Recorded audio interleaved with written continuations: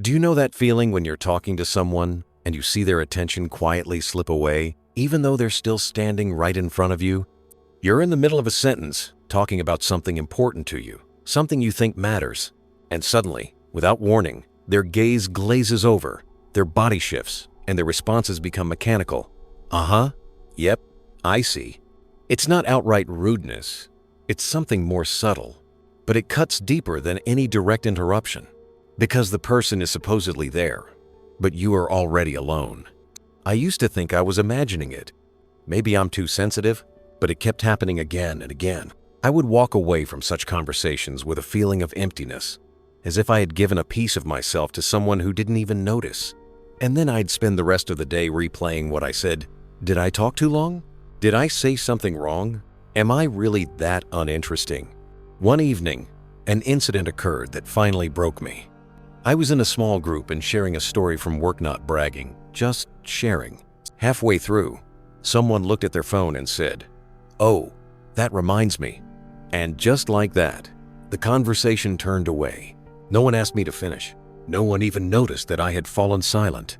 I laughed, as if I didn't care, but something inside me cracked. I felt erased, as if I were speaking in invisible ink. That night, I realized something I had long been avoiding. It's not just about what you say, but about what you make people feel. Most of us speak to be heard.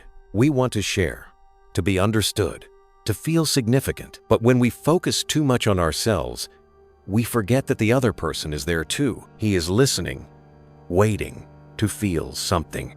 And when he doesn't feel it, he leaves the conversation in the quietest way possible, emotionally. This realization didn't make me bitter. It sparked curiosity. Why do some people make others hang on their every word, even in silence?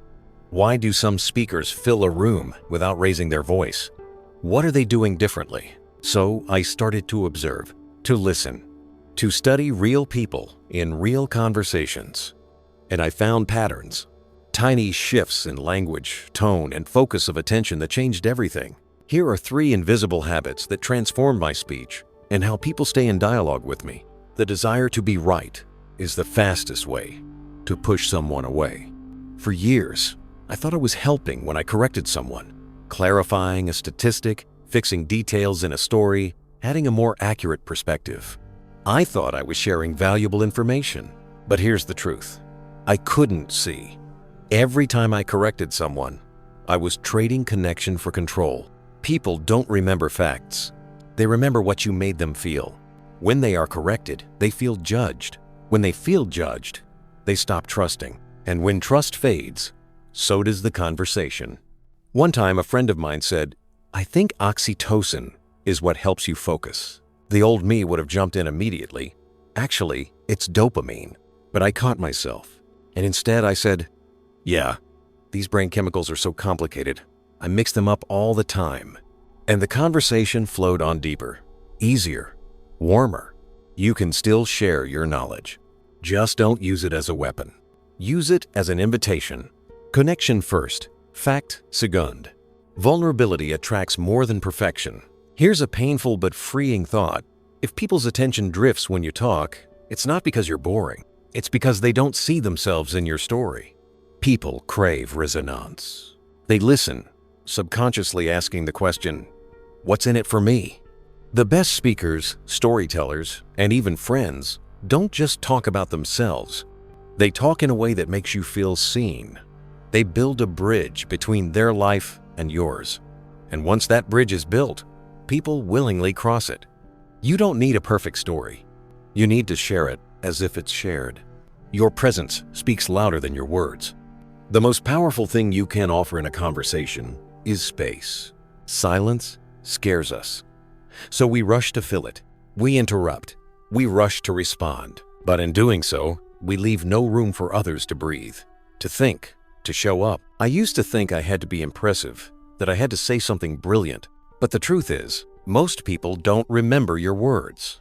They remember how your presence made them feel safe enough to be themselves. Now, when someone talks to me, I don't rush to reply. I listen, really listen.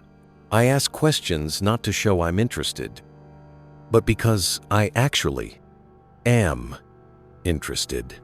And the magic is, when you create space for others, they invite you into their world, willingly, gratefully. So here's what I've learned after years of feeling invisible in conversations. You don't need to speak louder. You don't need to be smarter. You just need to value connection more than performance. Because the real goal of communication isn't to be heard, but to make people feel something they won't forget. If you like this video, be sure to hit the like button, leave a comment with your thoughts, and subscribe to the channel to support us.